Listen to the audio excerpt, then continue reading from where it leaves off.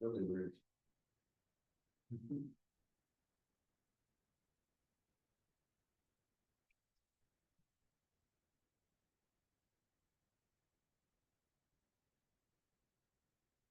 They practice for no reason. Recording in progress.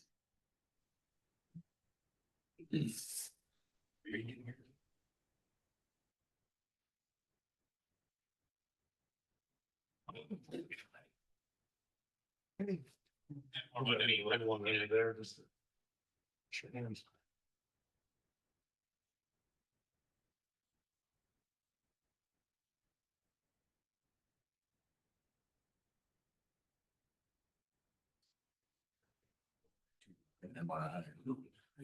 So claustrophobic. Oh, wait, claustrophobic. Claustrophobic, but not here. I just had. So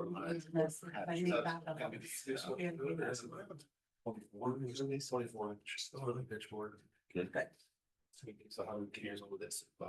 Carry it on there. As well as that. Yeah, it's cool. Or build a digit board. Yeah. And it's gonna be clay covered. Okay.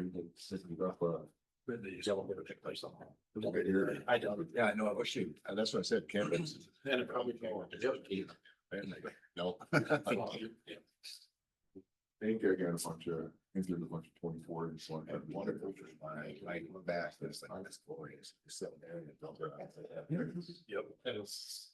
I'll either. Okay. Stand understand. Yeah, I think that's just a question for Carrie. Yes.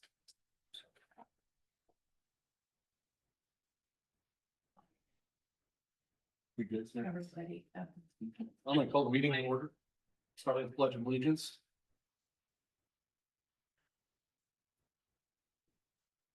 Pledge Allegiance to the flag, the United States of America, and to the republic for which it stands, one nation, under God, indivisible, liberty and justice for all. Roll call. Mochler. Here. Hello. Brady. Here. Easy. Here. Gilbertson. Here.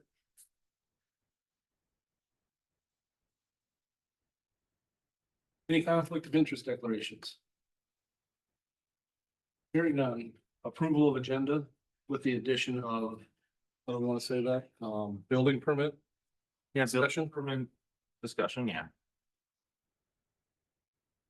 Move to approve. Second. A motion and a second. Any further discussion? Hearing none, all those in favor say aye. Aye. All same sign, motion passes. Approved minutes. Second.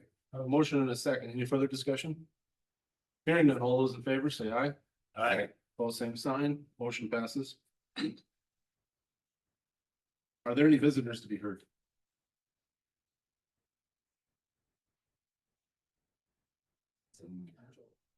Hearing none, Larry. Larry's with Turner Lincoln Clay Water District. Morning. Yes. Wherever you want to Give you a start. quick overview, here today, representing, the Turner Lincoln Clay Water Project District, Centerville. Brad Freeheim is the manager. Barry Anderson is the chair on there and stuff.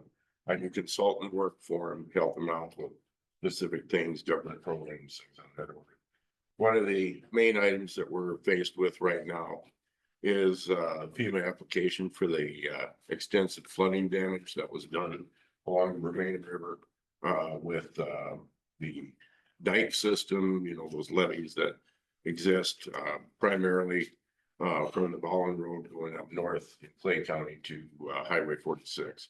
Significant amount of damage, and then also into Turner County as well.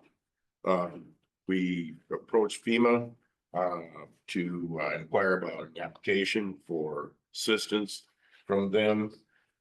We entered a application on the portal that is available on there for governmental bodies on there. We identified 186 different sites all the way along there. Pictures of them. These all had significant water washouts on the dikes.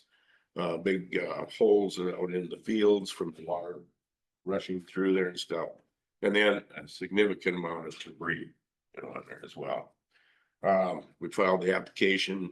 Most of the landowners took care of a lot of the debris that was in the fields, some of the washouts and stuff through the Farm Service Agency program, ECP program, Emergency Conservation Program. But that did not handle anything with those dikes on there. We sent the application in. I went out and identified each one of those sites and put a pin drop on there, which is latitude, longitude on each one, measured each one of them to determine just what it was, compiled the approximate dollars that it would take for removal of the debris, and then also the repairs based on the limited amount of knowledge we had for that. We came up with close to $2 million worth of damage. Sent that application in. Subsequent review on the thing, they initially denied it. Why they denied it? Because they said this was on private land, and wasn't something that the Turner Lake and Clay Water District was responsible for, and stuff. Okay, I had a conversation with your chair, Travis Mockler, in regard to a FEMA application you folks had back in 21.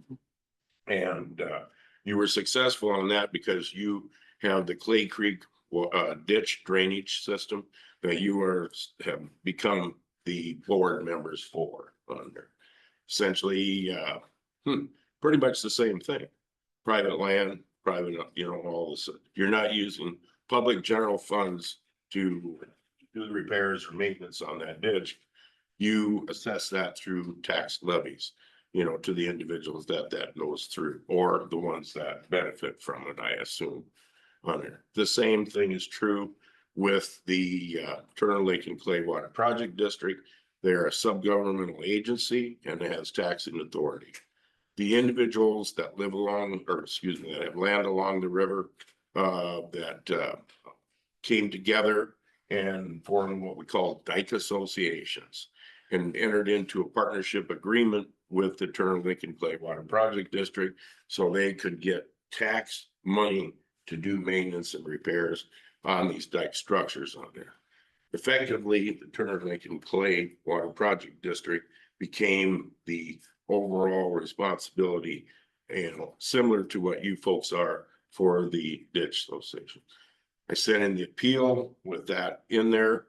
I received a request for additional information to show that this is something that's been happening in the past. There were 8 questions on there, and all this was included in the packet that I sent you. And I apologize for the overkill. I tried to keep it down as much as possible, but to keep to the subject matter, to show just exactly what it was. Anyway, explaining all this, they tried to differentiate us with you folks, the ditch board, but basically it's the same thing, and came through with denial of our appeal. The Turner Lake and Clay Water Project District wants to do a second appeal.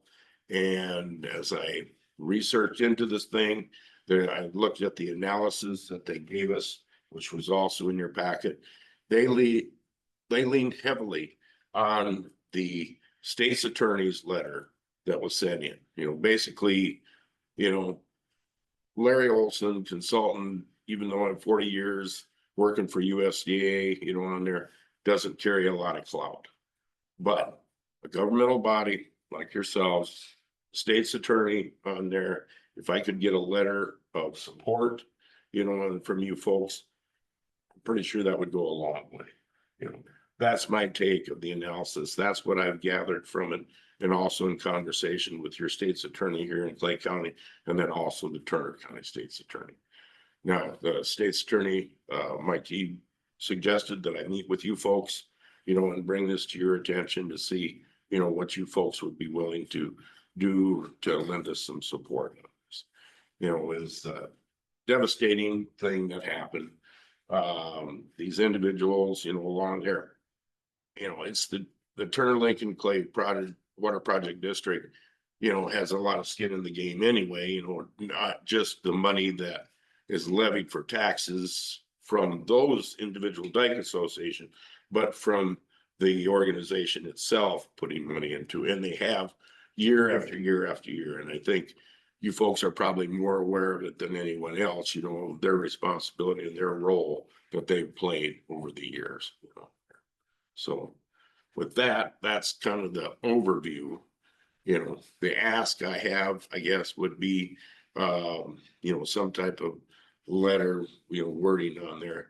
I did, and I'm not trying to put words in you folks' mouth, you know, but sometimes it's helpful to have maybe, you know, some type of a draft, an example. And I'd like to submit that to you folks here if I can.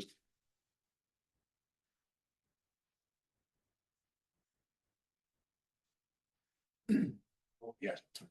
So, Michael, did you Yeah. have plenty of time to get, I mean, it was a big packet. It was a big- Larry- But I appreciated all the detail in there. Yeah, Larry and I had some conversations before. Ultimately, I had a conversation with him. I told him as my role as the attorney for the county, I didn't feel as if I had the authority to write the letter that's being requested.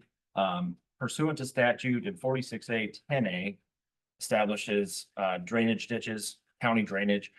Though in that language, it permits the county commission to act as the county drainage commission itself, which is what Clay County has. We have a joint district between Yankton as well, which is also contemplated inside of 46A 10A. This water district, the statutes relevant to water districts, which I think are found in 46A. You know, these are separate political subdivisions or governmental subdivisions similar to a district, a sanitary district, townships. You know, so my role as county council, as the state's attorney, I felt as if I don't have the authority. It would be improper for me to write this letter similar to the one that was written in 2021. There's a nexus because it was a drainage issue relevant to the drainage ditch, which this board sits as, and the county or in state statute permits this board to sit as well under 46A 10A. So ultimately, yeah, the conversation Larry and I had ended that way. And then, you know, as we continue to discuss it, and, you know, certainly it seems as if, you know, county infrastructure is also being contemplated and involved with this. My recommendation to him at that point then said, you know, next option would be come in front of the county commission. And I haven't reviewed this letter yet either, but that was, you know, ultimately that's how our conversation ended. So we worked together we met face to face and we talked on the phone a couple of times and, you know, certainly sympathetic to the situation. Very helpful too. I appreciate that very much. Thank you. It seemed to me that it was a dense lot of stuff to read, but it seemed like it hinged to a large degree on what specific entity had responsibility.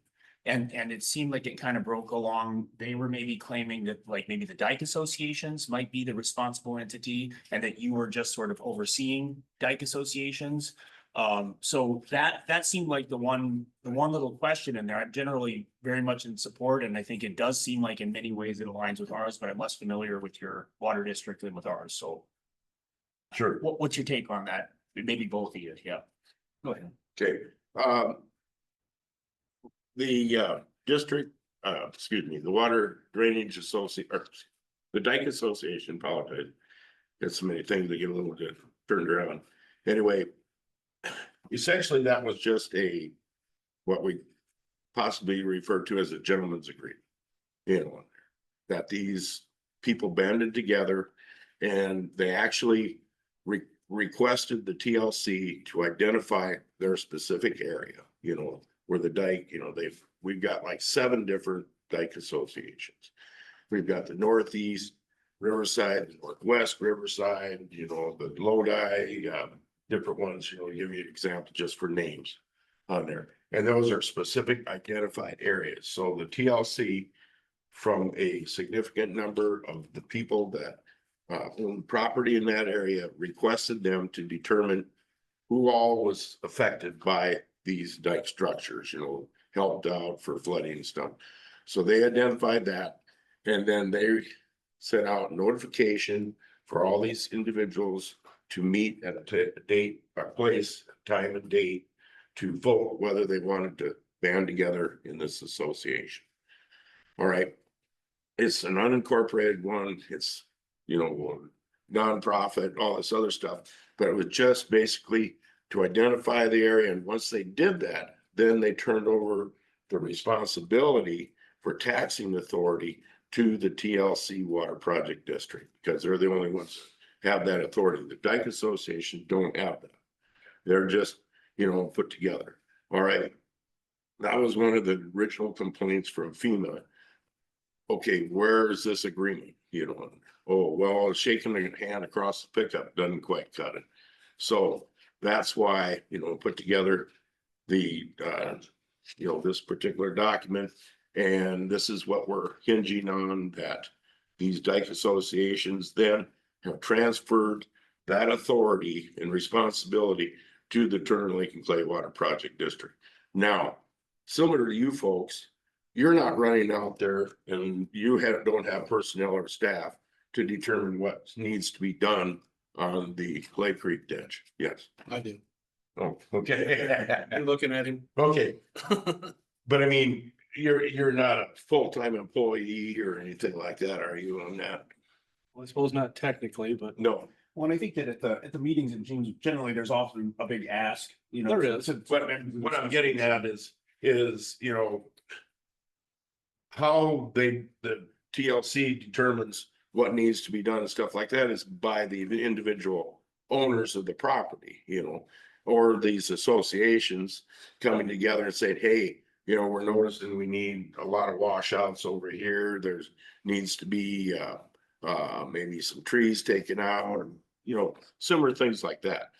Well, what I'm saying is we don't have anything dedicated to that. We rely on that. It's a partnership thing.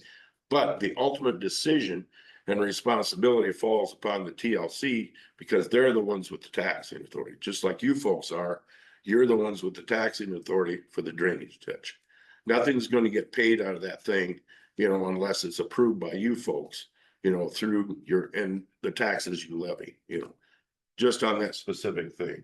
And that's what I was trying to get at, in the letter on here. We operate the same way. It's essentially the same thing with a different name.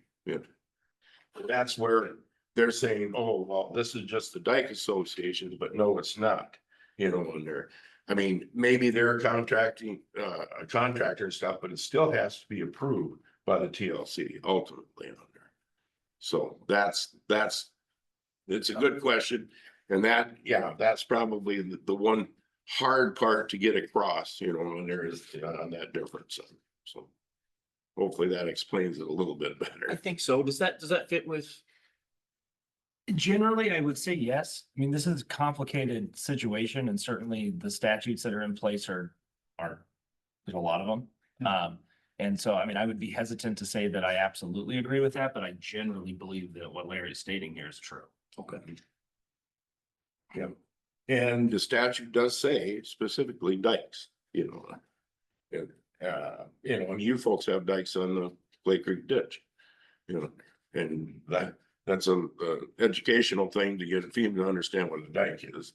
With that, a lot of. yeah. Anyway, around here, we all know what that is, yeah, but, it's all an area thing. But, the statute does say that, and they allude to that in the analysis too, that in the fuzzy wording, they say may, consider it. Well, may, is not shall or should or have to or whatever on there, but it's still part of the statute. So I would say, yeah, definitely the statute allows for that.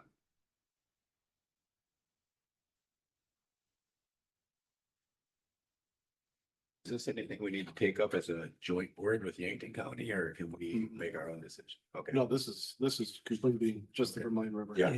Okay. I'm asking you as the Clay County Commission, to. Not. Yeah, not as the ditch board, but draw the comparison. And like I said, I'm not trying to put words in your mouth. This is just a draft letter. Apologize. To kind of give you an idea of what I'm looking for and would be helpful as far as compiling my second appeal here.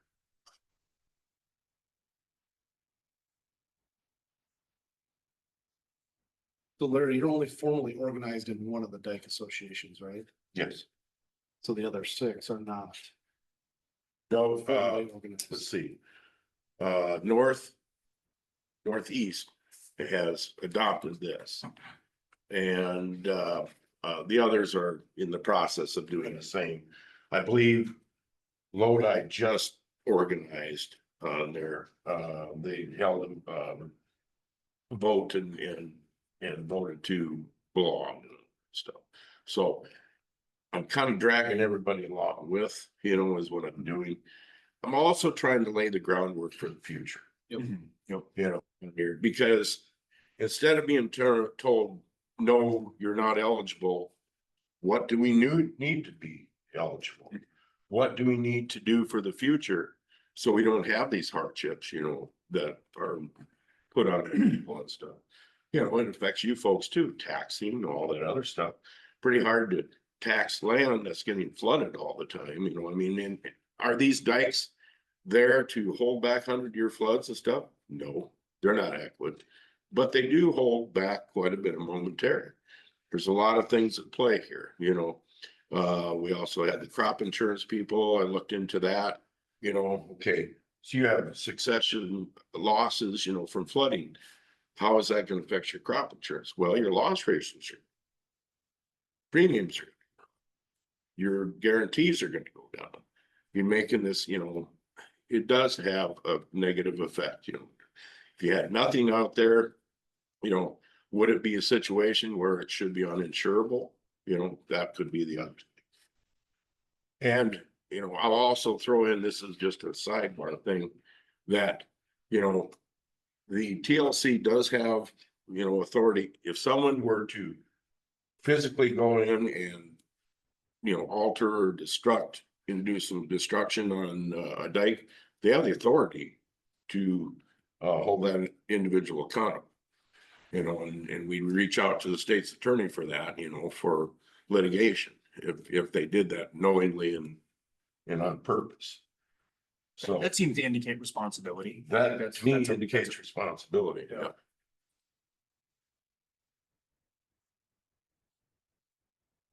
What's your timeline? When would you need a letter by?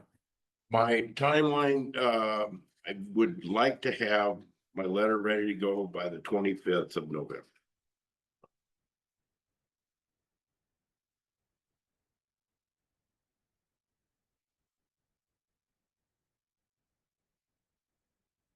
Meet again.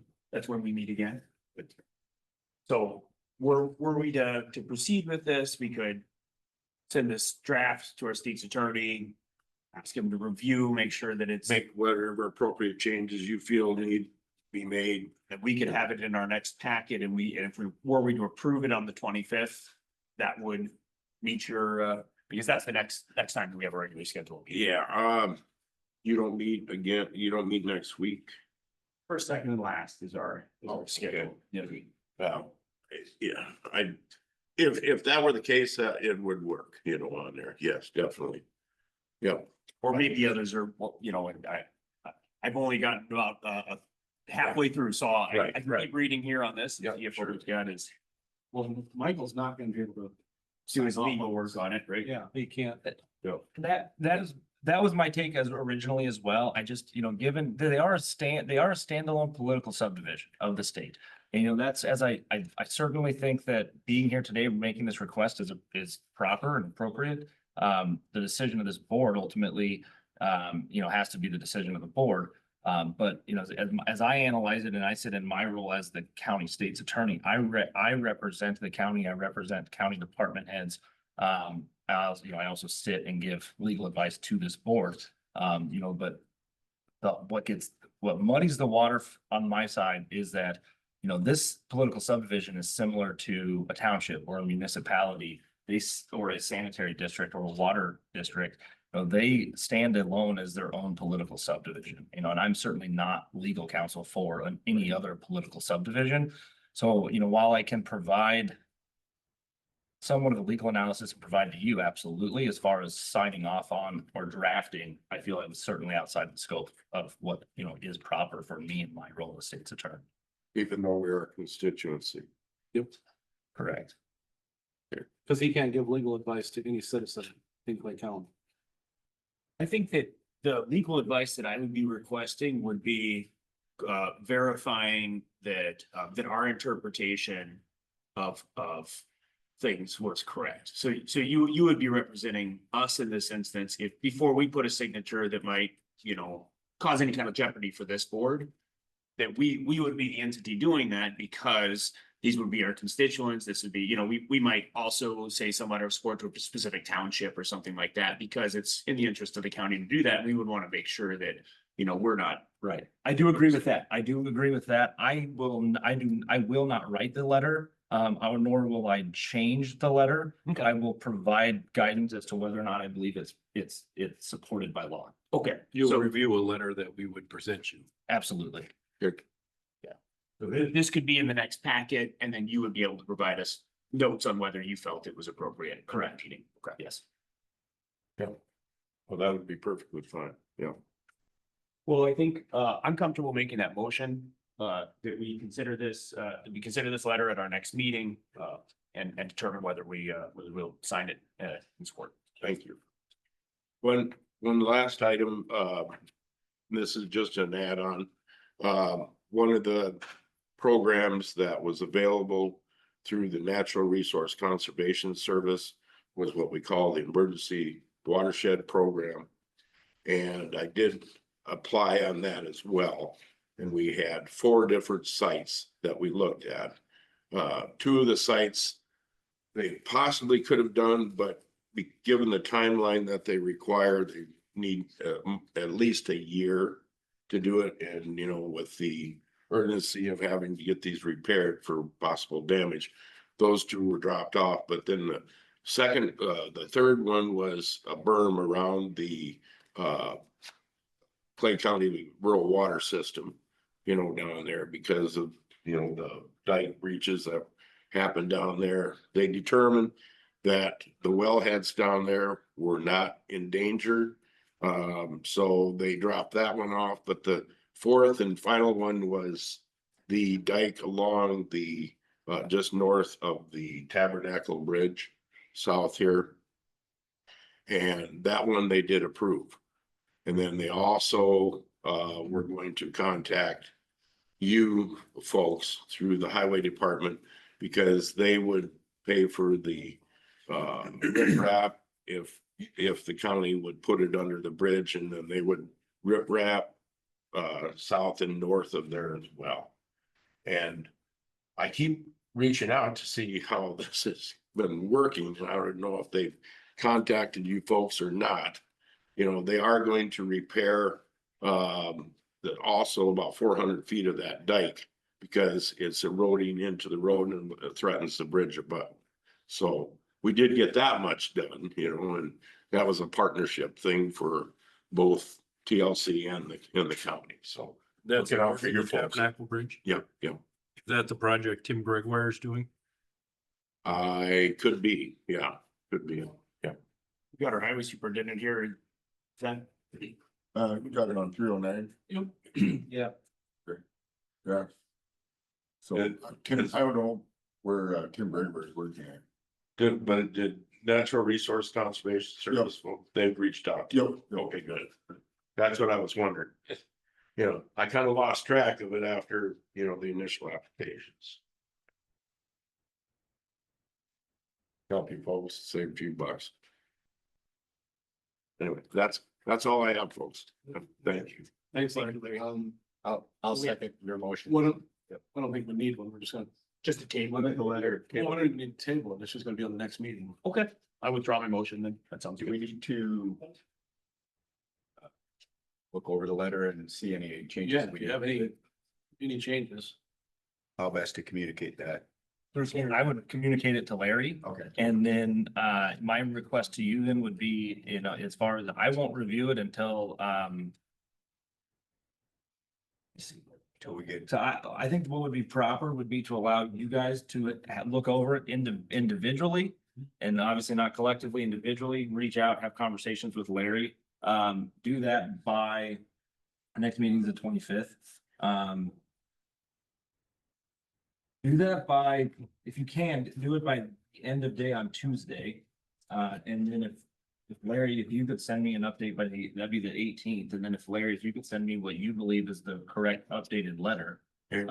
Pursuant to the conversations you've had with the commission by the 19th, I can review it on the 20th, 21st, and then if there's substantial information, I can share it. Prior to the meeting. Otherwise, I'll share it with you guys at the meeting, more likely at the meeting. Okay. So get to Larry by the 18th. Larry, if you can give me an updated draft by the 19th, then that'd give me time to review it for the board. Okay, all right. That's if that is agreeable to everyone. Absolutely. And you all have contact information for me? Where? Oh, was it in there, you were signatory on several letters, is there? Yeah, We might, but I give you my phone number too. Sure. Yep. It's 605 359 8955. You can call me anytime.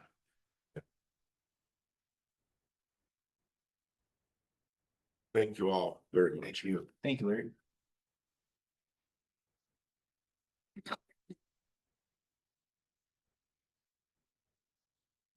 No.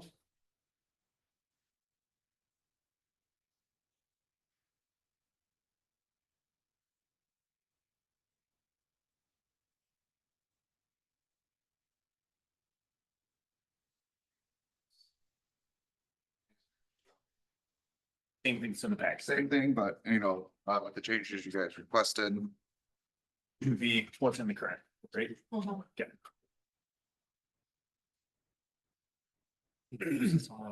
yeah, on my books.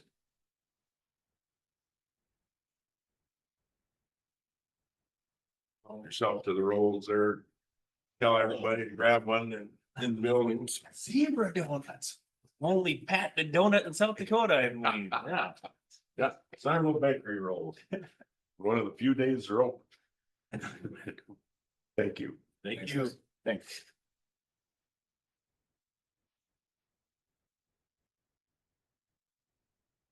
Okay. So today will be the second reading for the ordinance change. Planning Commission. All it's pretty much doing is organizing it into seats. For the first reading, we went through and added the seat 5 in section 3 and stated that it is a Clay County Commissioner. Just clarifying it more because it was already stated above. And then also adding the 5th member shall be designated as seat 5. So not too much of a change. Mike and I went over it, posted it on the Facebook and the county website. We took out the need for a registered voter as well. Yes. So. Yeah. Minor changes we talked about pursuant to the first reading. We went back to and sat through, I think it was the Wednesday after the commission meeting, we both took our drafts. Contemplated the changes that were requested, that we discussed and agreed to. And then those changes are now found here in this second read. So was it? We just expanded the explanation. Yeah, I had one question, probably should have asked this prior to the meeting, I apologize, but, all the organization of things, they all seem really good. This was specifically a question to Michael on, there in section 11 and in section 12. There's references to, so. We've got. All applications and proposals for changes in or amendments to the zoning regulations shall first be submitted to the planning commission for its recommendations before approval by the board of commissions. So that seems that the next step in that process seems open-ended. So we give it to them for their recommendations or they have it and they provide their recommendations. And then we as a body are still free to act in any way that we see fit. And then in 12, it should be the duty of the planning commission to recommend regulations. And so this line, no amendments or changes thereto shall be made without recommendations by the planning commission. And then a little bit further. shall first be submitted to the planning commission for its recommendation before approval by the board of commissions. I just wanted to verify that my reading of that leaves still open us to act in any way we see fit. Having received those recommendations, so we're not bound by the recommendation. Correct. And we don't need to receive a positive recommendation in order to proceed. So I just wanted to verify that my reading there was accurate. accurate. I agree with you. I think it's a good point to bring up to just ensure. I feel confident that the section 11 and section 12 say that. It's also within statute that is the authority and that is the process. So correct. The Planning and Zoning Commission brings a recommendation regardless of if the recommendation is to approve or to deny. It moves to the board, this board.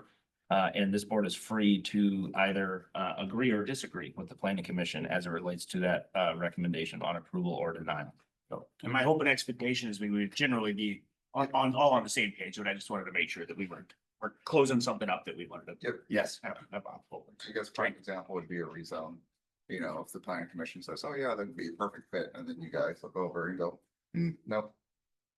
It's still y'all's authority on the go, no go. And I do feel confident that reading section 11 and 12 together is consistent with state law. Okay, very good. So if it is a rezone and the planning and zoning denies it, it's not an appeal to us then? Oh, so it still goes to you regardless. We'd be the So one. they just make a recommendation. So if the planning and zoning commission say, I don't think this would be a good fit, and then it, you know, it comes to you guys regardless, because that's the next step. Y'all take the recommendation, you know, and then say either, you know. It's not an appeal of a decision Yeah. because it's only a recommendation, so you can make your own decision, we can make our own decision. Pursuant to our ordinance, I might be wrong, but I think the only way in which the planning commission has that authority is on conditional use permits. That is the only place in which they're not making a recommendation to this commission. They are making a decision, and pursuant to our ordinance, then the appeal comes to this commission. So in every other sense, generally, in almost every other thing that the planning commission does, it's a recommendation to approve or to deny. And then this board hears it regardless. And the only way we hear the conditional use is if somebody appeals to us. Correct, it would be on appeal, yes. Well, I move to, is this an authorization to sign or is I move to pass the ordinance? Second reading. Well, second reading, all right.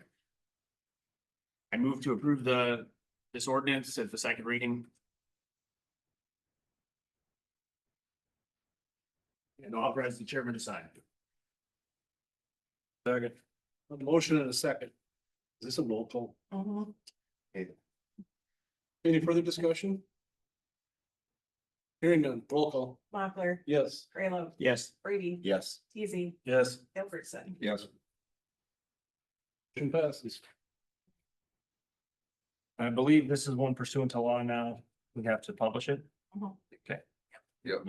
Go to next 20 days from today. Then I'll bring in, you know, like we kind of discussed the bylaws, once this is fully into effect, that way.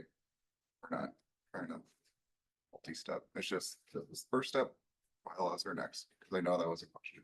Really, yeah, the next step now is gonna be to have the bylaws in place at the end of this month, going into the early December, so that we can be in alignment with these five, putting the 5 commissioners into these 5 seats pursuant to the bylaw that will be created now after this resolution to ensure that there is a uniform procedure in place for appointment and then ensuring that there's annual appointments thereafter. Do we need any type of procedure on who we're gonna put in what seat? Who's gonna be? How we envisioned it is going to be, we'll prepare the bylaws, or CCOG's been working with NOAA. I'm gonna start reviewing those now over the next 20 days. We'll bring them to you. And then ultimately, as I see the appropriate mechanism to handle this is gonna be, having an interview, if you would, with any of the existing, if they decide they would like to apply, or new applicants.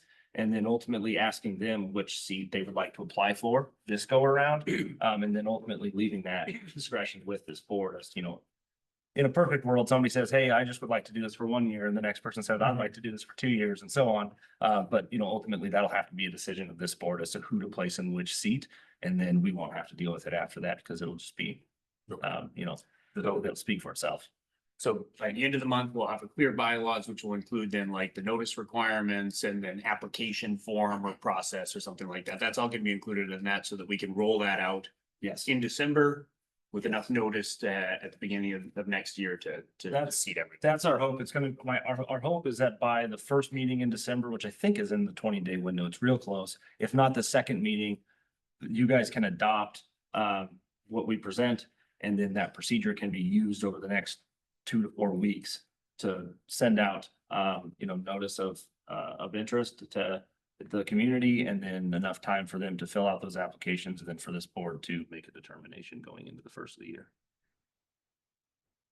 That should be the first meeting in December. What's that? 19 days. 19 days. Okay, so we'll have to wait. We can certainly bring a proposal at that meeting, and then it can be adopted going into the second meeting in December. So Michael, just to clarify, are zoning ordinances different than regular ordinances? I'm thinking it's 20 days from the date of last publication. I'll have to look. That might be right. And I don't know if is it a single publication now after the second reading? We'll take a look at it and we can get information out. Oh, either way, well, I think it'll be important to start the process. And we can start the process in December, and we can ensure something is in place. You know, I think that's the important thing, is that we have it in place going into January.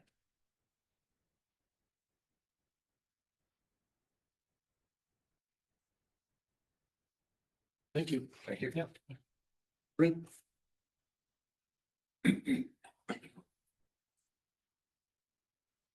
Don't go on the no. Give discussion. Here is some. Unless you've got one. And prepared. This is the Alltech contract for the bank stabilization. Tabernacle Bridge, 309.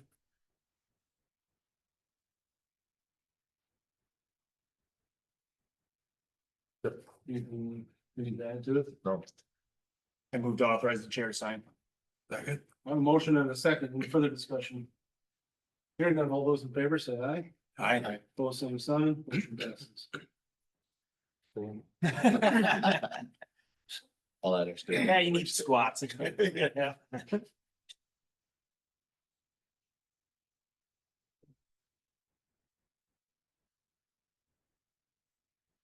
Brent, also, I'm working on that. I know that there's a need to get a contract in place between Wakanda and the county coming up this winter for salt. Is that right? What's that? Salting the roads. Yep, yep. So I'm working on that, and I certainly hope to have that prepared and then ready for this commission, if not the next meeting by early December. Okay, sounds good. Thank you. Yes, I'll be there. You do continue. Grab a donut. Andy?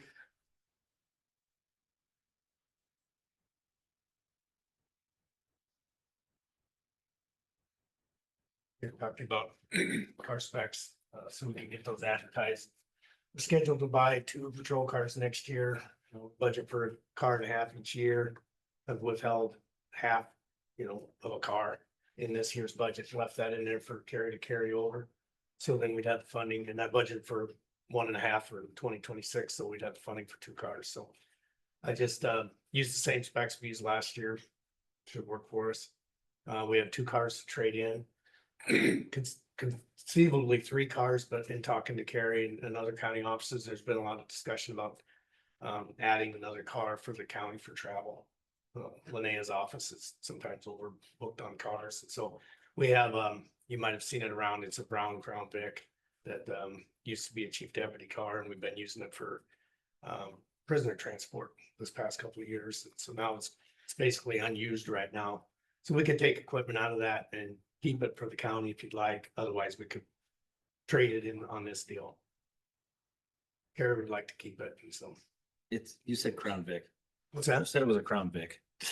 Explorer. yesterday too. Yeah, I was like, Just an old guy. We just used Crown Vics for a long time. Now we're using Explorers. But yeah, Explorer. It's a brown Explorer. Go ahead. We've been struggling the last several weeks with the van too, with more than one office needing it at the same time and having to take their personal vehicles. So I think it would be nice to have that second car.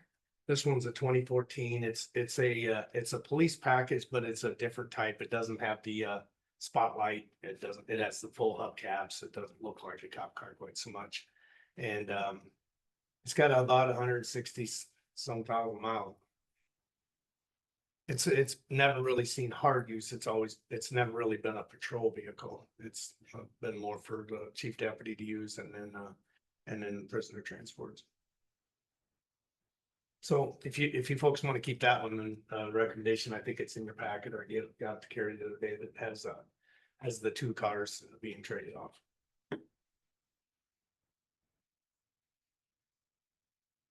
the hybrids working out. No, we hate them. So the ones we're getting rid of are hybrids and I wouldn't want to get any more of them. So I see there's that's just a heavy duty battery. Okay. So we're not looking to get a hybrid again. I would rather not. Okay. They're more expensive to buy, more expensive to maintain. They're weird to drive. I'd rather not. No, that's fine. We did it to give it a try. Yeah. I really thought we'd have greater expenses in battery replacement. We run these, we've only run them, well, it'll be 5 and 6 years. They haven't been run as long, but they've got more miles than some of the older cars, just because the assignments the cars have. But they just, one of them got wrecked several years ago and it's kind of had problems ever since. That car's always given us trouble. During a equipment installation, the tech drilled through a wire harness and it's had a mind of its own ever since then. And then it got wrecked and repaired. And so even though it's a bit newer, it does have higher mileage than all the other cars anyway. And then we'd like to get rid of that one. Keep some of our lower mile ones.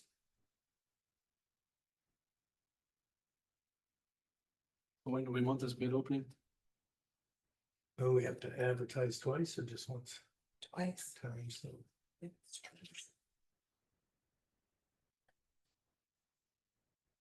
So we'll we got probably the specs get to it. the paper today. Then they could go in next week. The following, so we could open on. Second. As early as the second, yeah, or the 9th. Is the second doable or do you want the 9th? Okay. with me. Sooner the better. Second? We'll just open the bids December 2nd at 9:30. In a motion. Set that opening. So moved. Second.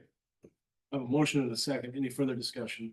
And now those bids will have to be received by 5 o'clock Friday prior. Correct? That's what we're still doing. One other thing that pointed. And two carry, right? Yeah.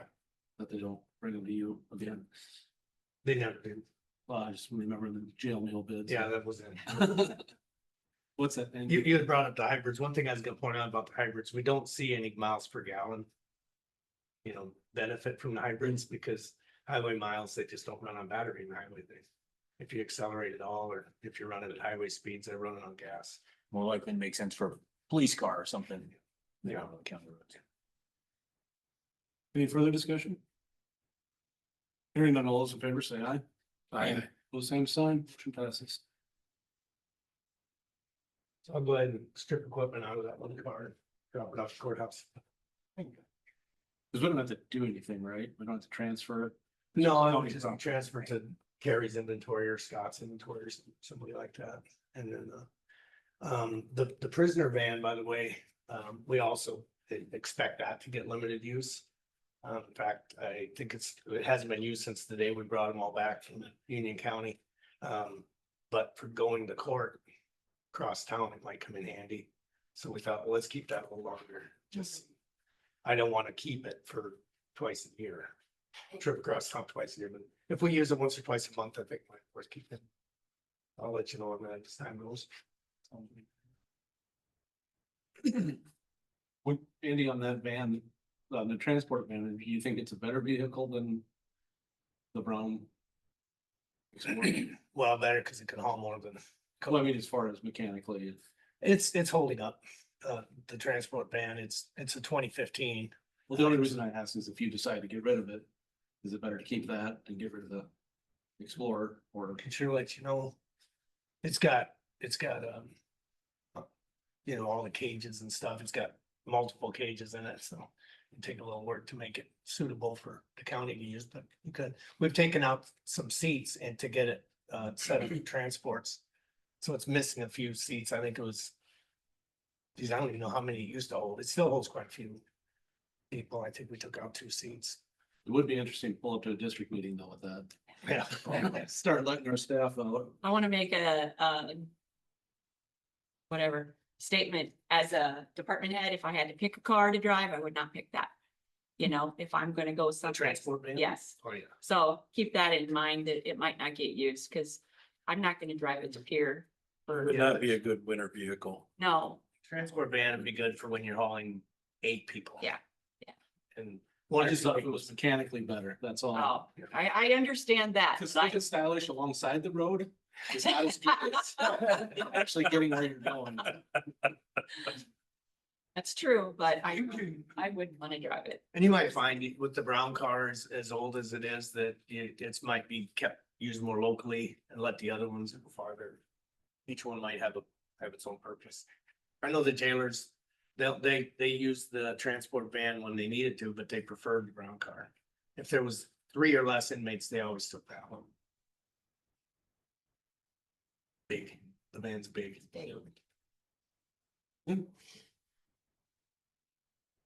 Everybody get to see the vouchers?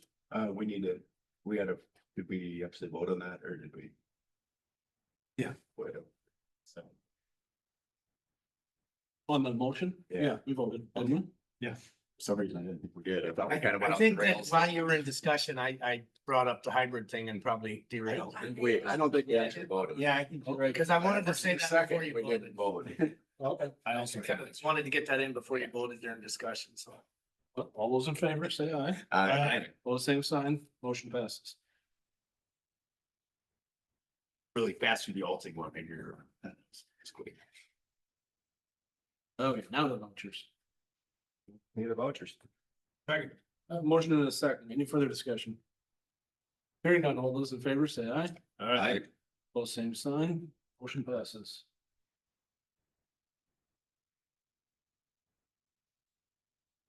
We get to see Lane's report. Do we do a move to accept that or? I think it's just Just. it's just a report, right? He just submits it, yeah. Yeah. Because it's informational.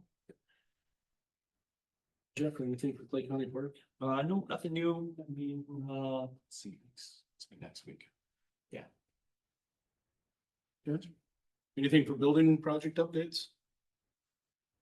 I went through there yesterday morning just to kind of look around and they made great progress on demo. There's a little bit left to do between the deputy's room and the day room, the old day room. But they have started putting up a few of those metal studs. Rhonda's wall has the 3 windows in it, so Yeah. they're making progress. Looks good. With just a little more demo for the noisy part of it.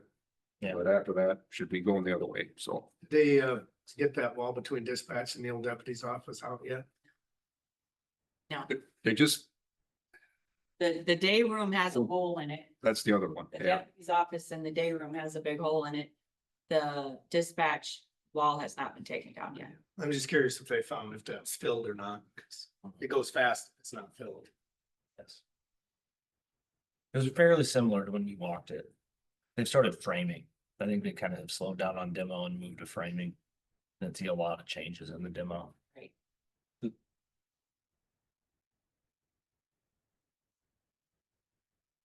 Dave wasn't there, so I don't know why they did pause on that. Were you talking? He spoke to Kate yesterday.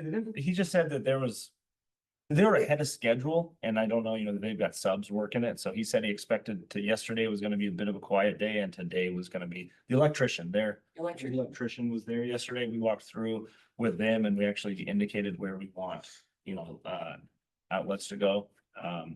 In the offices after we sat down with them looking at furniture. And then, so he was on site yesterday, their in-house electrician. So I think he was the one that really working hard yesterday and then they expected that it'd get noisy for the rest of the week starting today.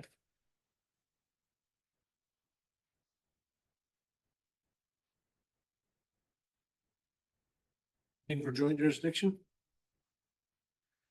We had our small small group meeting.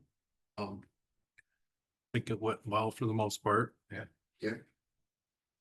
Agreed on maps, future land use. Yeah, we did some adjustments on the, Small. small adjustments on the maps and jurisdiction isn't going out as far as it previously did. Yep.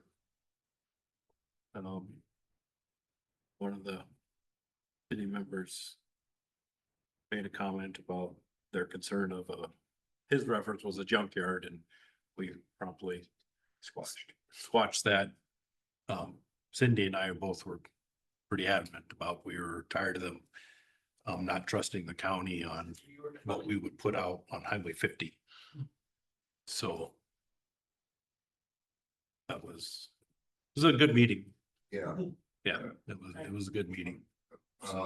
We Changed a little land usage, or I mean, potential land usage. Yeah, the future land use map changed a little bit. Parks and residential, industrial, along with, commercial. Living of future use, obviously planning smart to have the industrial continue with the industrial. It makes sense. You don't want houses right next to an industrial site. So, we have that buffer of commercial, residential now. And then we also took it from the river and just brought it to the street, for the boundary. We changed some outer areas to residential or commercial, just kind of see how things flow. So we had either option, so we didn't limit it. So we hope that, we get more commercial. Yeah, bring in more businesses. We went to Fairview Road instead of that old minimum maintenance road. So we brought that in a little bit. The actual road. Yeah, I went to an actual road instead of a minimum maintenance road. So, Cause they had them south on Dakota Street, they had that all residential down to the airport and we switched that to residential and commercial. yeah, it was because around the airport, we brought up the best practices to have more industrial. When you look at bigger cities, that's what they're doing, just because, well, if you start flying product out, you don't have to go that far, so it's easy.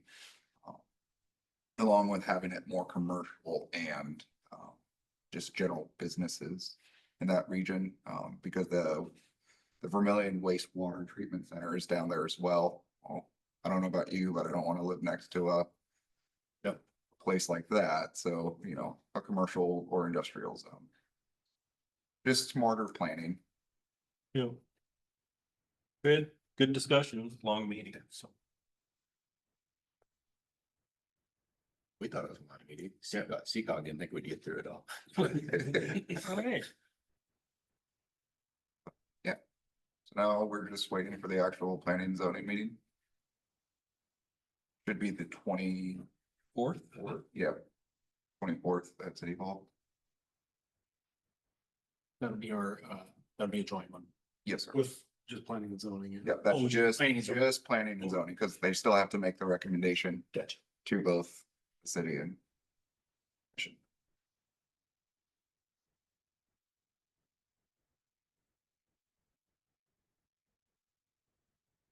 Great, thanks for working on that, guys. Now, how does that work on joint jurisdiction then? You know, we were just talking about that because the way it's been operating is if either board at the planning and zoning side says no, it's done. Are they make, cause like here, you know, we're just saying our planning and zoning is making recommendations. Currently, in joint jurisdiction of planning and zoning, if one of the boards says no, it's done. They can appeal it. Are you talking about the planning board? Or are you talking about when you I think guys? that's what you're talking about. The planning and Joint zoning. planning and zoning board. Well, I'd have to look at I don't know off the top of my head, but it might be because of the way that the joint jurisdiction agreement is drafted. It can, you know, that draft, the joint jurisdiction is standalone, it's obviously different from county. You play under a different set of rules from the county planning and zoning statutes. And the way that that agreement is drafted, that might be the reason for that right now. I don't know off the top of my head. Or it could just be practice. But I mean, Just just be like- wondering if we should, if it makes sense to try and make it the same. Yeah, I mean, I can certainly take a look at it and tell you whether or not that's what it actually says, and then, you know, that could be a discussion piece for sure. I'll do a little bit more digging into that next meeting as well. Yeah, we haven't even discussed that. I know that, of course, right, once it gets to the joint boards, that it's a 50-50 joint jurisdiction, so if either board votes opposite. You're talking city council. county commission. Right, correct. So I'm not talking at the planning and zoning level, but ultimately at the decision-making level, everything's 50-50. So I wonder if that's. I'm just curious to know if that's why, if the planning, if it reads similarly in the planning commission language of that agreement. We'll have to review it. Or maybe it reads the same and practice has not been followed. Perhaps. That's A possibility. It's always possible. Any other commissioner reports? Hearing none, we've got the building permit notice discussion. Yeah, I'll Yeah.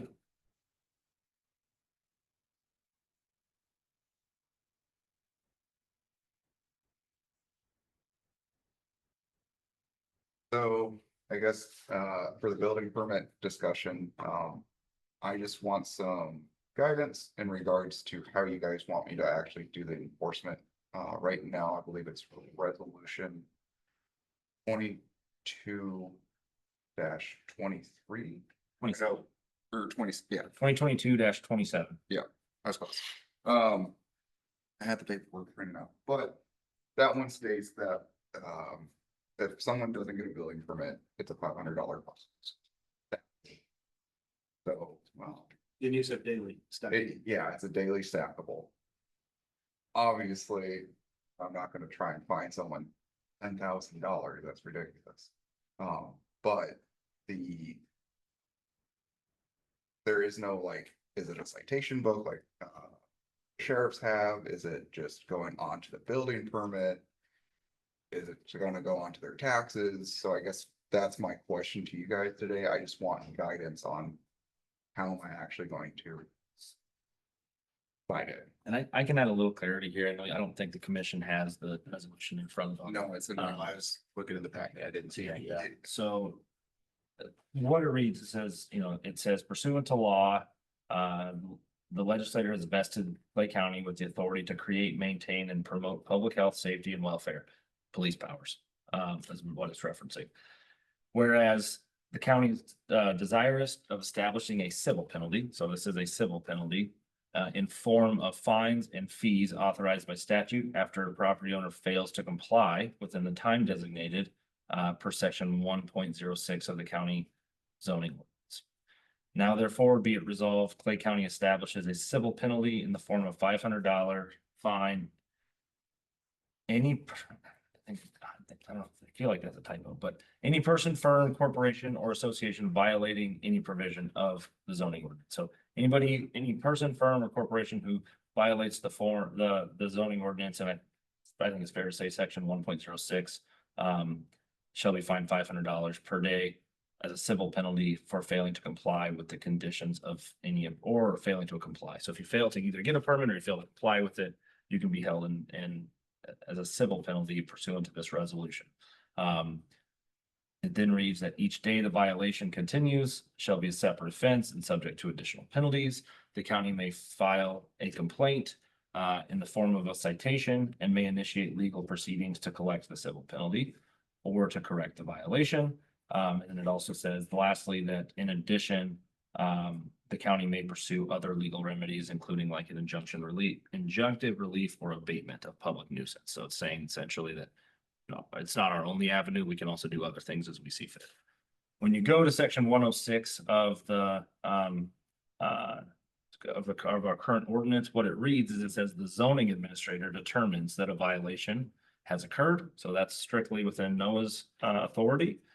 The zoning administrator shall issue a notice of violation and give the landowner time to comply with the ordinance. So your first thing you have to do is give notice to a landowner with a notice.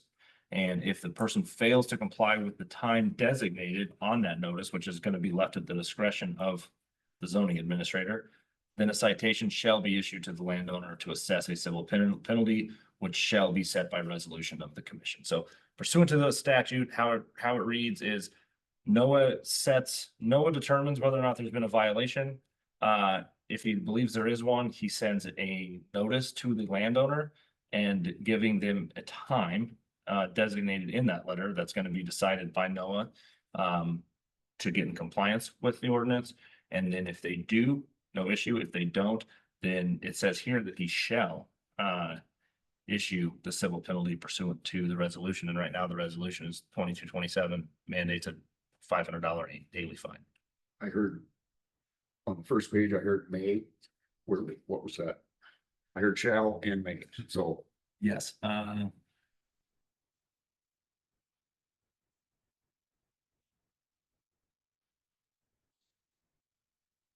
you remember where? Oh, yeah, the county may file a complaint. So this is saying that the county may file a complaint, often issued in the form of a citation. So it does say, it says therefore be it resolved, Clay County establishes a civil penalty in the form of $500 for violations. And then it talks about the ways in which the county can go about doing it.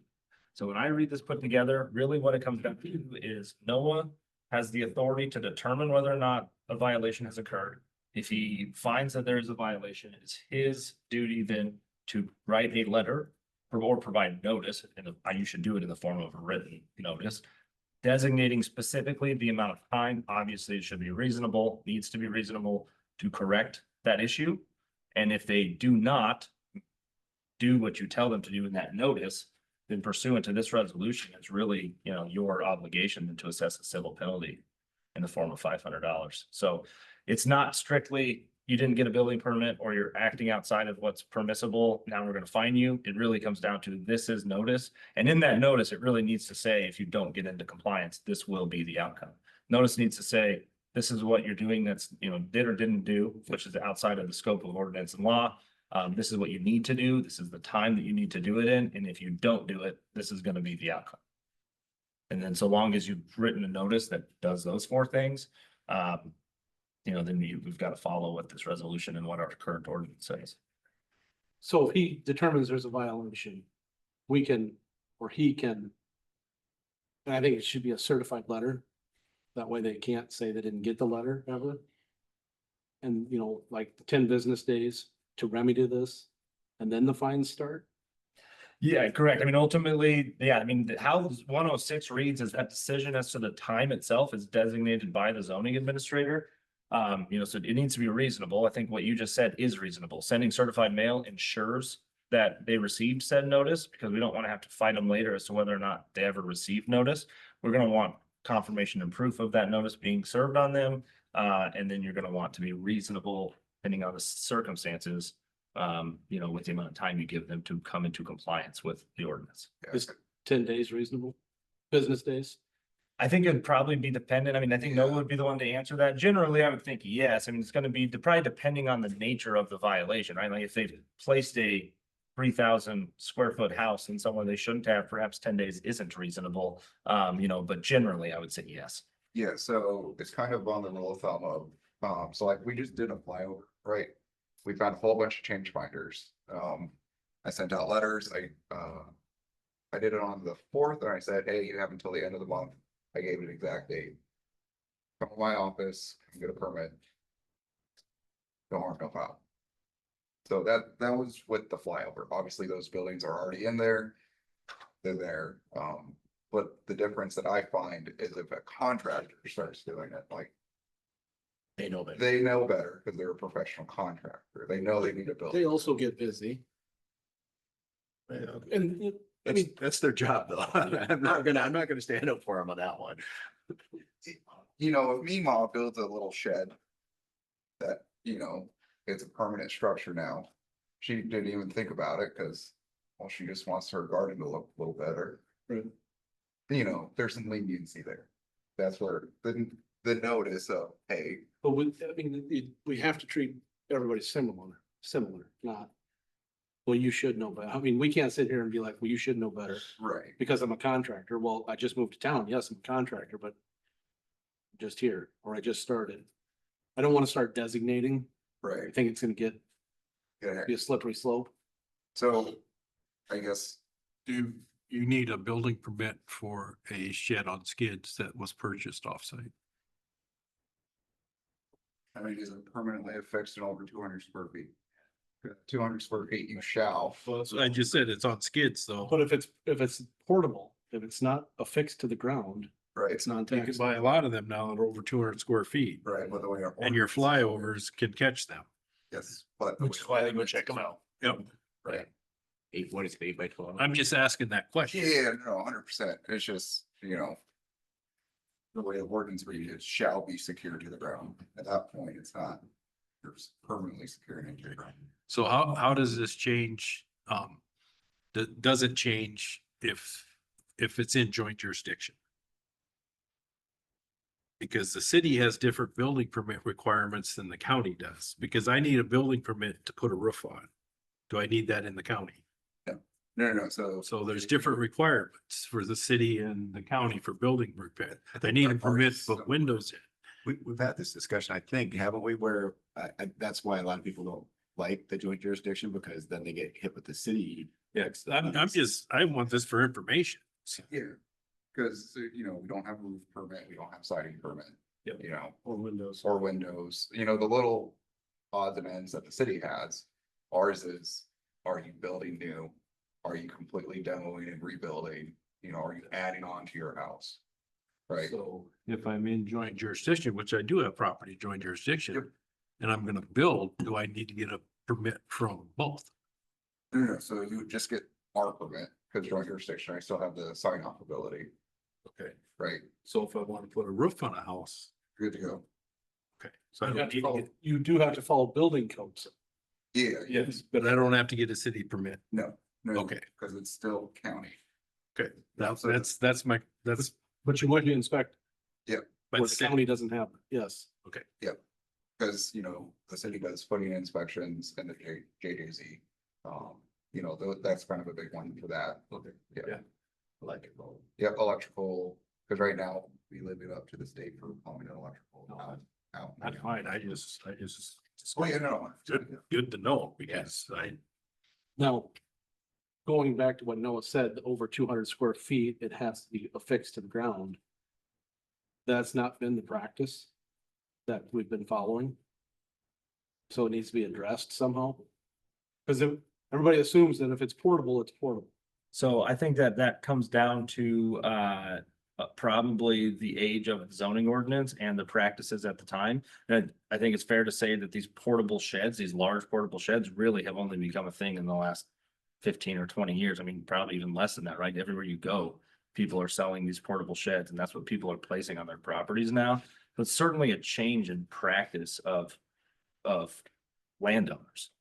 So the industry has changed, which is now, I think, likely why the ordinance reads shall.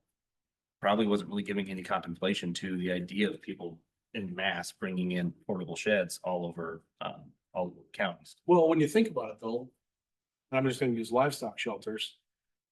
Most of them are built, they're over 200 square feet. They are not affixed to the ground. They're on skids.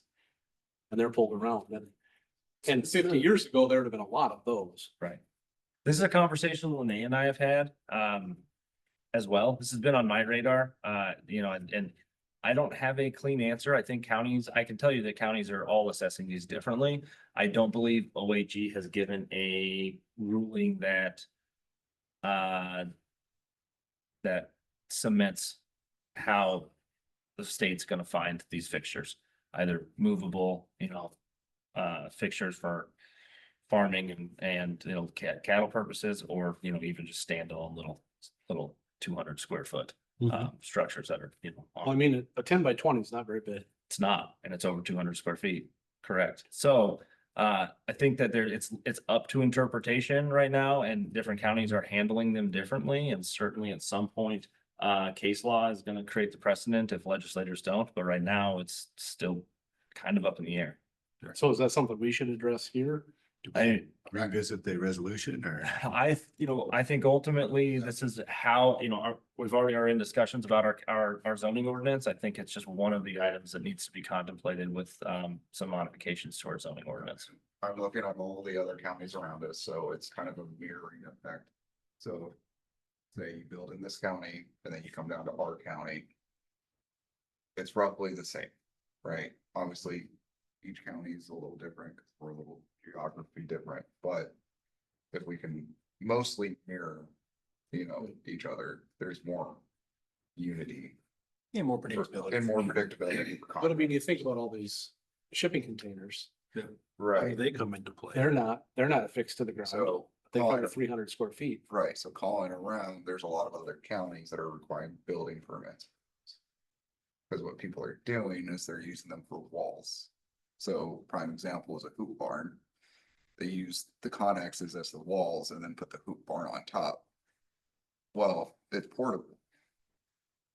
Not really, cause the hoop barn though, But it's also not affixed to the ground or on foundation Right. right? in some of these situations. So Yep.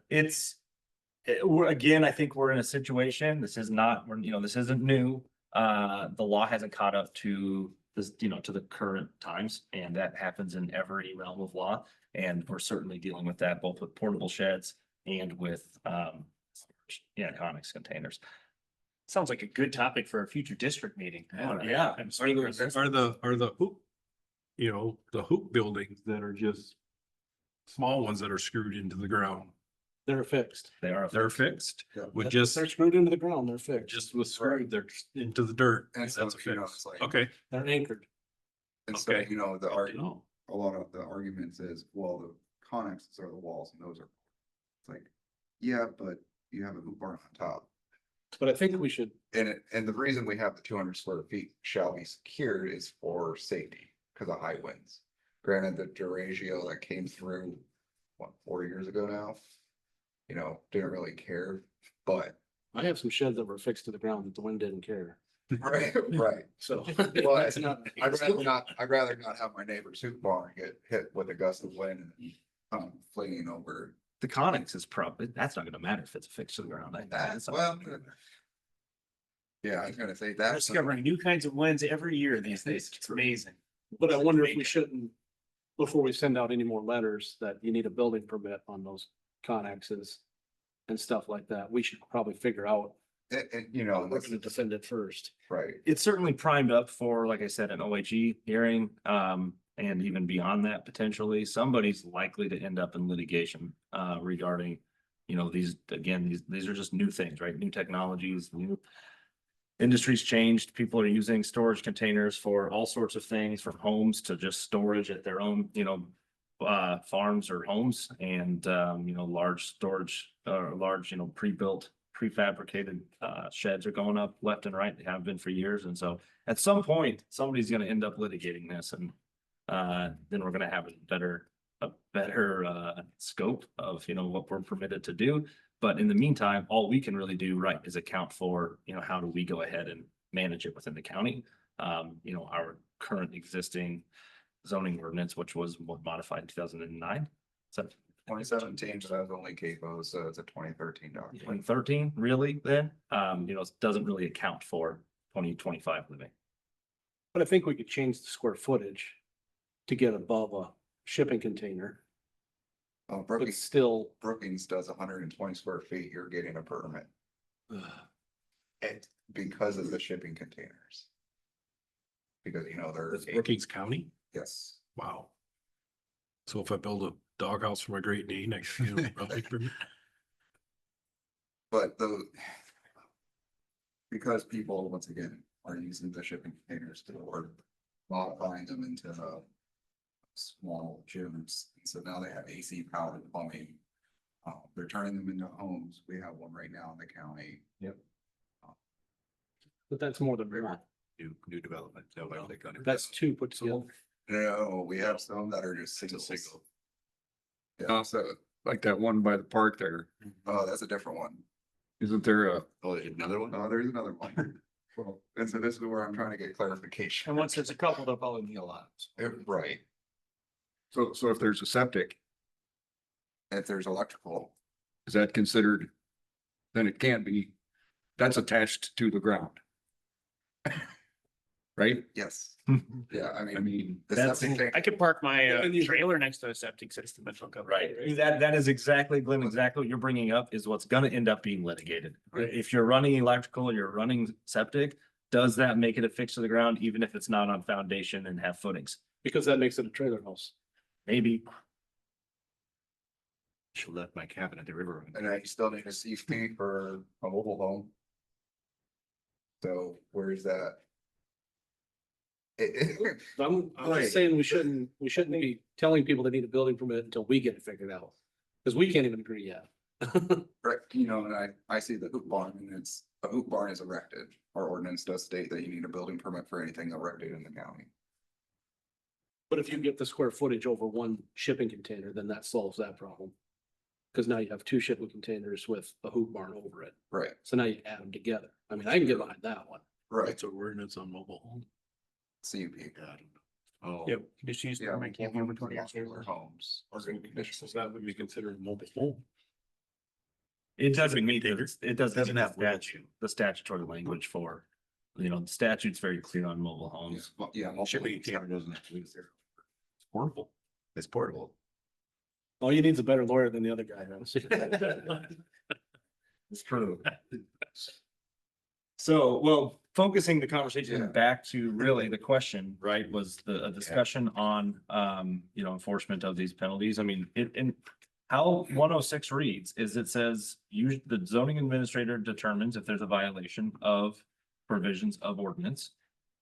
And if you make that determination, you shall issue a notice of violation and give the landowner time to comply. I think it'd also be fair, the intention behind that is if it's a developer, it's developer. If they fail to comply, then you issue a citation. It also, I think, if it's one developer that continues to violate, you still pursuant to 106 have to give them notice and you have to give them reasonable time to comply. So just because you've given them notice on one job site of the same, if it's the same developer or landowner in a different job site at the same time, or 3 weeks later or 6 months later, you still have to give them the same notice and the same time frame and the same opportunity. So, Yep. and then you follow the resolution, which has been. And whatever does it cost to send the certified letter, that gets added on. Okay, so yeah, it's right now, they just upped it. It's like $6, 25 cents or something like that. Yeah, so I mean, it's gonna be, that's just added on, that's. Okay. So in addition to that, I guess, how do you want me to go through issuing the citation? Do you want me to add it on to the building permit? In an additional clause, or do I get? Well, that'd be the simplest way. Yeah, I think, I don't want to have any, I mean, we've specifically stated that we're going to have a discussion today, so I don't want to have any voting, any votes that takes place in this board reference this issue. And you and I can work through it, maybe come back to the board and get clarity at the next meeting. But ultimately, it says that, what this says is the county may file a complaint, often issued in the form of a citation. So it doesn't mandate it, it says may, and it even says often issued in the form of a citation, and may initiate legal proceedings to collect the civil penalty and or to correct the violation. So Would the Or may- citation be like a summons, a complaint from your office? Cause probably use the uniform traffic citation form, cited into magistrate court or. no, it's a civil fine. So that would be appropriate. We Right. run into this in Wakanda and Irene, where they have municipal ordinances, and their code enforcer would want us to run out, hey, go out and cite this guy for tall grass. Yeah. Well, with a traffic ticket, and I think that's on Wakanda to provide us with a form Yes. to use for that, because it's not citing them into court, it's citing them to, they'll a fine to the city finance officer. Yeah. Until that, they fail to pay that, then they can take it take it further, but I never felt that that was the county's obligation to provide traffic tickets at county expense to go out and cite them into magistrate court. So we've never really moved forward on that because they've never taken the time and pursued giving us a form to use. Yeah. So we've never cited them in this boards. Irene does, they're outdated, but they have them. And we do use those in Irene for not moving cars or not showing sidewalks, and things like that. But in Wakanda, it's an issue. So that would be an issue here too, but I think that NOAA working with State's Attorney's Office to get a complaint made and then a summons that, you know, we could serve or it could be sent by mail. Absolutely. And then what? I don't know. That would probably be the right way to do it. You know, once, if the notice is sent out via certified mail, right, you're giving notification and you're giving you give a detailed explanation of the violation, what they need to do to correct it, the amount of time to correct it, and what happens if they don't. If they fail to do that, then the next step would absolutely be, and I agree with Andy, is of some sort of form that needs to be created that is gonna hold up in court, that ultimately then we would then have, I think would be smart, and then have the sheriff serve that on the landowner or the builder to ensure that, you know, they're provided another avenue of notice, and then that opportunity to, you know, it's probably gonna include a court date or certainly notice as to what is required of them now that there is a violation. So that's what we'll have to do. If that form doesn't exist, you know, this resolution was passed in 2022, but you weren't here, I wasn't here, but I don't think there is a form that actually satisfies probably the next step. I went through all of the old documents on my computer. In the previous.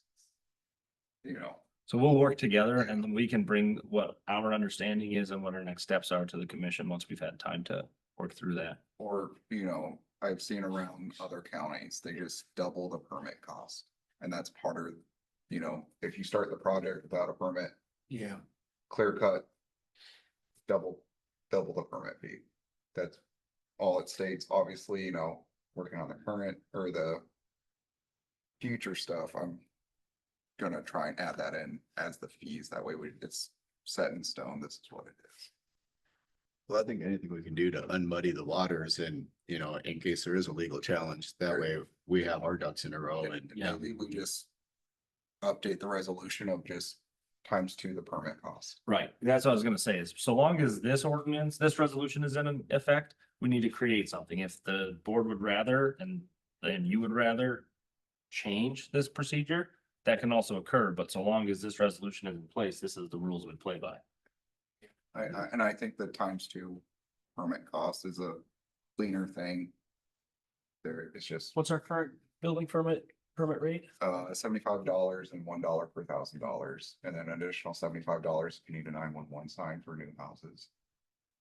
I think my only hesitation on the just flat double, if you apply for it after it's already been built, then it's twice. Would be to a nefarious person, a way that a person might be able to say, okay, well, I really would like to build this house like 20 feet closer to my neighbor's property line than I'm allowed to. I'm gonna do that, and then I'll just go in and I'll pay twice the building permit fee, and you know, what are they gonna do? Sue me to tear my house down? Yeah. Good luck. That's been done. So is that There was a good? county up north, the guy was a foot over and they made him move the house. I mean, Maybe Cottington or Hamlin, one of those two. I just. Well, I didn't wanna spend what it'll cost to have Michael Smith. Well, cause you know, I Argue that. just had a new house permit come through and that was $475. So, you know, it'd be a $900 permit really at that point. I just think that we see, we see a wide range of violations, you know, and there can be very innocent violations, and then we have certainly see instances where people are intentionally, probably knowingly violating our ordinances, going against what we're asking everyone else to do, and just pushing it as hard as they can. And so I think always making sure that we do have a big enough stick if somebody is treating the system that way is also just an important thing to keep in our arsenal. And not that, you know, I think having the flexibility to not get that big stick out most of the time is important, but I think that it's important to have that and not necessarily tell people, well, here's the limit. As long as you can afford to pay this off, you know, you guys get to do whatever you want. So. So what are you in favor of? $500 a day fine? I'm in favor of reviewing this and looking at some examples of what other places do and weighing some stuff. I just, yeah, I don't have a strong opinion now, and I know we're not supposed to make a decision today, so. We have There is one county up north, and I think it was the same one that made it move the house. They put a 10% fine. So I mean, if you built $1 million house, it was $100,000 fine. Yeah. So something like that as an option would be a very big stick that, would address that kind of. So, yeah. But I guess that was pretty much the main discussion today, just because I want to do my job to the fullest. I agree. We need to relook at it the way it sounds, because, yeah, times change and Yeah, because I mean, before, resolution that aren't working right now. I mean, the previous one to that one was $500 a day or 30 days of jail. That's. So. I think we're moving in the right direction, just.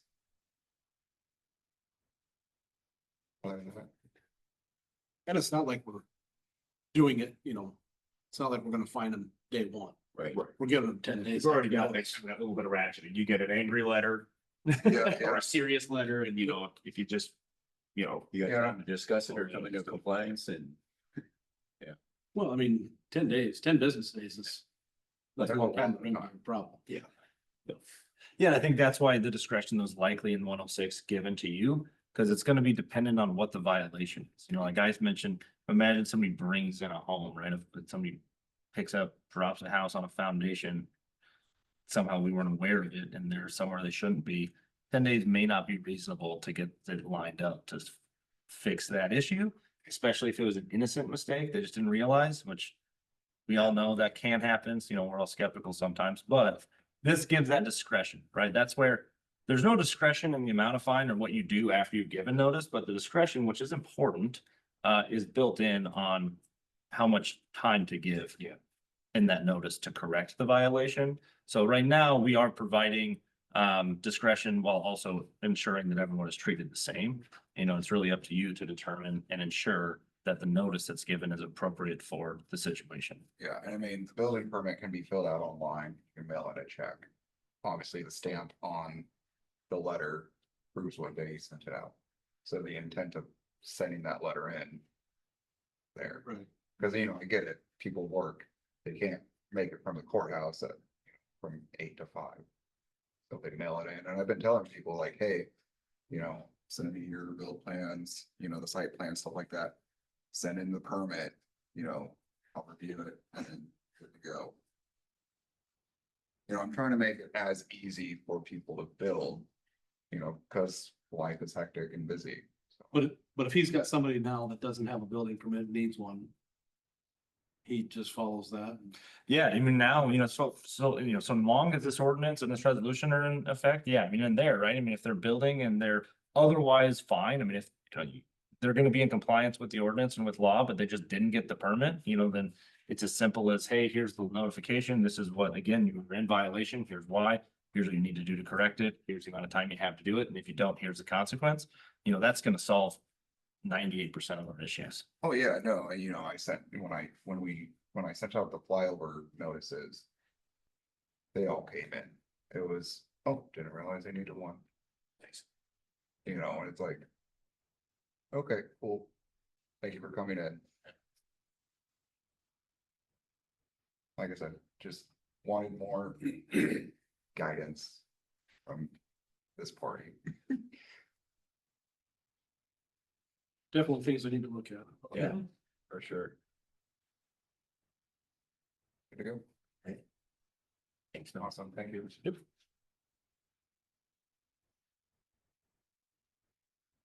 Anybody have anything else? Just a desire to get out there in that beautiful weather and do stuff. No executive session. I don't have an executive session. Cool. I'll entertain a motion to adjourn. Did Scott come for something? Oh. Just in case, this is the. I guess before you do, Yeah, donuts. Glenn said somebody you get, or you come to the meeting, so I thought you said that maybe have a discussion on a new Yeah. project, so. Yeah, we briefly. Oh, did you? I guess I was too late. No, I don't have anything this day, but I have questions for me. I guess I do have one thing for Mr. Mocker. When you're done. Hoping to get talking to them. What's You're talking that? to fuel? Yeah. Yeah, Okay. I need to call All right. I wanna get moving on that, so I don't get caught between rocks. Get, call Brent and get his list, who he calls for fuel to. So you have that, or do you have that already? I'll call them with that, or I'll stop off there. This is gonna take the fuel in the tanks now, but they're gonna get it. I'll check on the meeting before you go. When I talked to him about that, I was like. Me? No, Wait, yeah, it's hard, it's in your table. Can't point it in. Well, what did that look fuel was at now? You know, Should I move to adjourn? yes. Like, before you do that, just next meeting, open meetings task force is in Pier the same day. I'm going to attend that meeting in person. It's at 10 a.m. So I know that Larry's gonna be here, to present. My expectation is I'll probably have Caitlin here, to provide legal, for the commission. But I can also try, cause that task force meeting isn't until 10 a.m. in Pier. I'll try to zoom in. If we can put him towards the front of the I agenda. will also be at that meeting and I also will be zooming in for what I can make of it, so. Anything else? Not for me, just wanted to make sure that was, you guys knew what was going on for the next meeting, you'll end up with Caleb. Oh, and then, I guess one last thing, we did talk to Austin yesterday at the building project site. I asked him about how long he thought, we'd be displaced, the commission would be displaced, and he said. Certainly, he expects by the end of this year that you guys can go back, if not sooner. So if you can aim for January 1st for now, and depending on how the project unfolds over the next couple of weeks, it's possible that it's even before that for return to the courthouse. Awesome. I checked out a couple of our Zoom meetings. These things work amazing. They do. I want one of these in the meeting room. I think it would be a very good It idea. would just make everything so much easier. Second the adjourn. I have a motion and a second. All those in favor say aye. Aye. Both same sign, motion passes. We're adjourned. We find out what these are and where the time was. We're the same guy we bought them from. Yeah. You know, it's a multi-part process.